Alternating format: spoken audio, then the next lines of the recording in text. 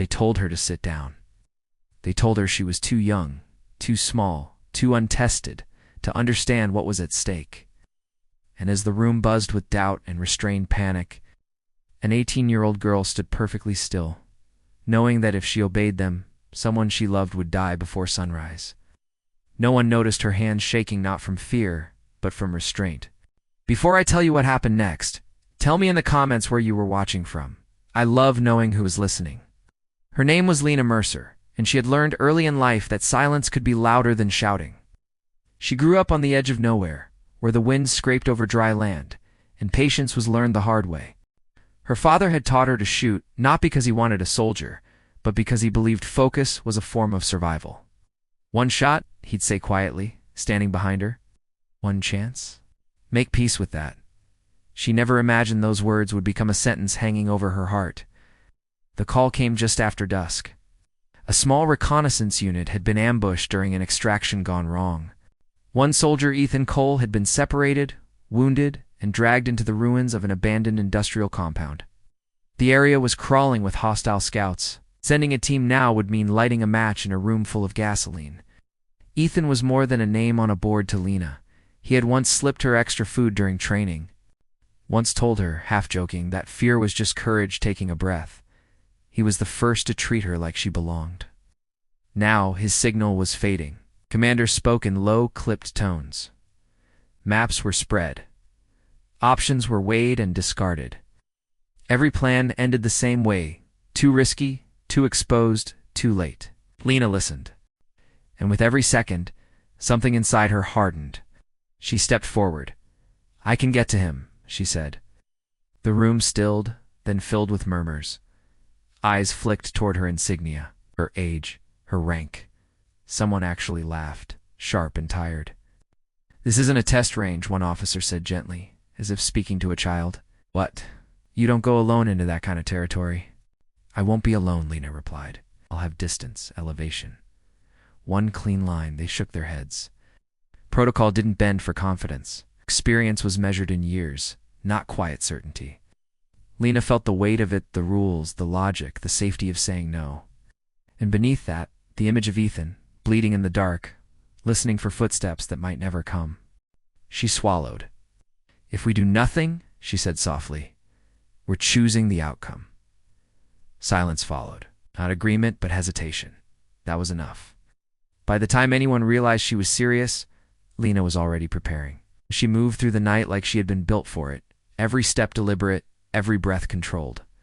The world narrowed to essentials, the feel of the rifle against her shoulder, the grit under her boots, the slow pulse in her ears.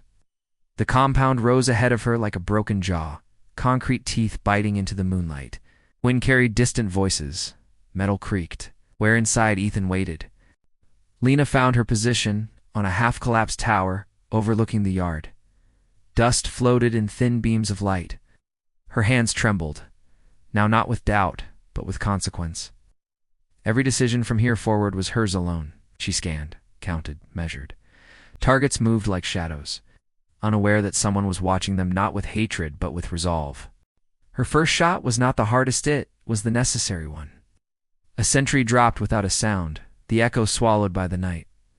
The compound shifted, alert but confused. Lena adjusted, breath slow, heart steady. One shot. One chance. She moved them like chess pieces, each bullet opening a narrow path through the chaos. She wasn't clearing the compound, she was carving a corridor of mercy. Inside, Ethan heard the change before he understood it. Footsteps ran the wrong way, shouts overlapped, and then quiet, kind of quiet that didn't belong. When Lena finally slipped inside, she was no longer just a sniper. She was a promise kept.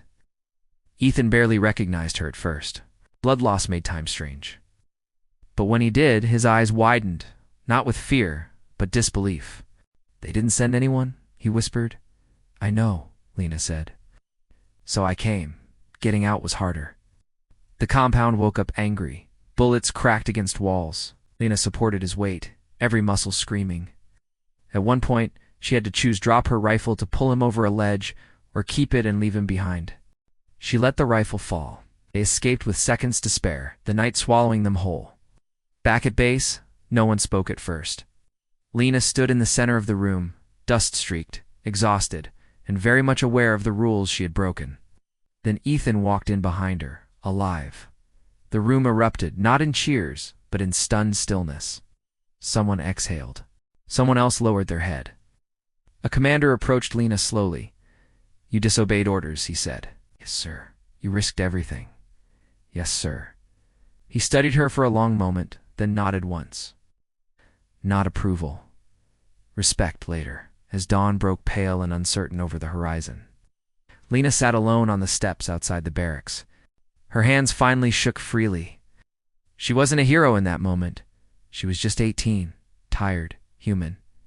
Ethan sat beside her. "You saved my life," he said. Lena shook her head.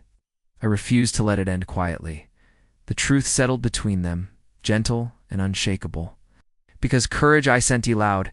It says the decision you make when no one is watching. And the girl they didn't believe in became the reason the night didn't win. If this story moved you, take a moment to like the video, share it with someone who believes in quiet strength, and subscribe for more stories that remind us what courage really looks like. Your support keeps these stories alive, and I'll see you in the next one.